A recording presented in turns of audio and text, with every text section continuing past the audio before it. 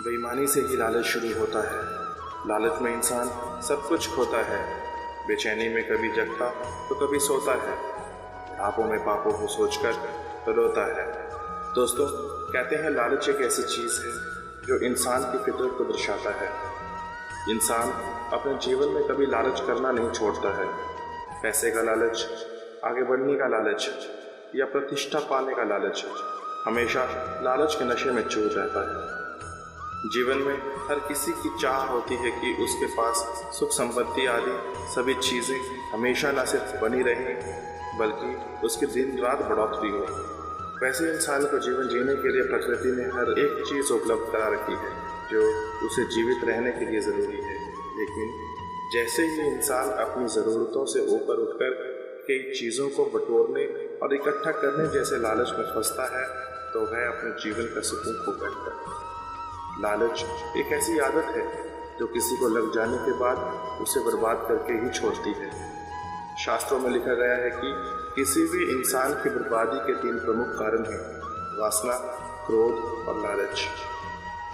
लालच के तमाम दुष्परिणामों को देखते हुए हमारे तमाम संतों महापुरुषों ने हमेशा इससे बचने और इसका त्याग करने की सीख दी है। ज़रूरत से ज़्यादा कोई भी चीज़ आपके लिए वैसा ही नुकसानदायक होती है जैसे अधिक प्रकाश होने पर रोशनी आपके अंधे होने के कारण बन जाती है। ऐसे में हर किसी को इस बात पर हमेशा चिंतन करना चाहिए कि उसे लालच का अंत करना है या फिर लालच के कारण खुद का अंत करना है। दोस्तों, लालच ऐसी बुराई है जिसकी वजह से व्यक्ति के अन्य गुणों का महत्व खत्म हो जाता है। लालची व्यक्ति दूसरों का धन पाना चाहता है। लोभी इंसान को घर परिवार हो या समाज कहीं भी मान सम्मान नहीं मिलता है। इस बुराई से बचना चाहिए। कबीरदास कहते हैं कि प्राणी की ना माया मरती है ना मन मरता है, यह शरीर ही बार बार मरता है। अर्थात अनेक योनियों में भटकने के बावजूद प्राणी की आशा और तृष्णा नहीं मरती, वह हमेशा बनी रहती है।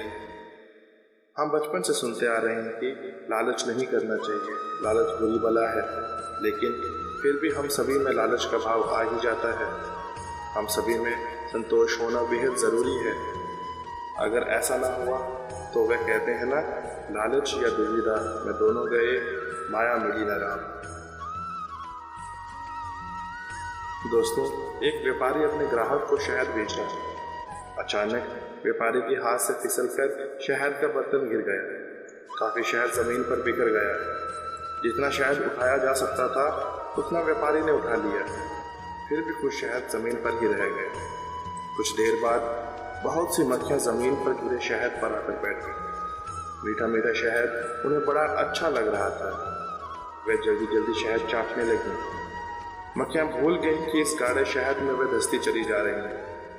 जो ही उनका पेट भरा और उन्होंने उड़ने की कोशिश की, पर यह क्या, उनके पंख तो शहद से चिपक गए थे, तो उड़ती कैसे? उन्होंने उड़ने के लिए बहुत जोर लगाया पर कुछ हो ना सका।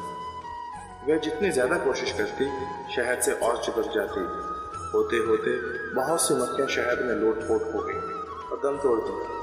लेकिन शहद के लालच में अब भी दूसरी मक्खियाँ वहाँ आ रही थी। मरी हुई मक्खियों का हश्र देखकर भी वे नहीं सुधरी। मीठे शहद की खुशबू के चलते उनकी सोचने समझने की क्षमता मानो खत्म सी हो गई। लालच हावी हो गया था। उन मक्खियों का यह लोभ देखकर व्यापारी बड़ा दुखी हुआ। उसे मक्खियों का यूं लालच के फेर में मरना ठीक नहीं लग रहा। उनकी दुर्गति देखकर व्यापारी बोला, जो लोग स्वाद के लालच में पड़ जाते हैं वे इन मक्खियों के समान ही मूर्ख होते हैं। स्वाद तो थोड़ी देर का रहता है पर जिंदगी तो। दोस्तों, धनी होने के बाद भी यदि किसी व्यक्ति को लालच और पैसों का मोह हो तो उससे बड़ा कोई गरीब नहीं हो सकता।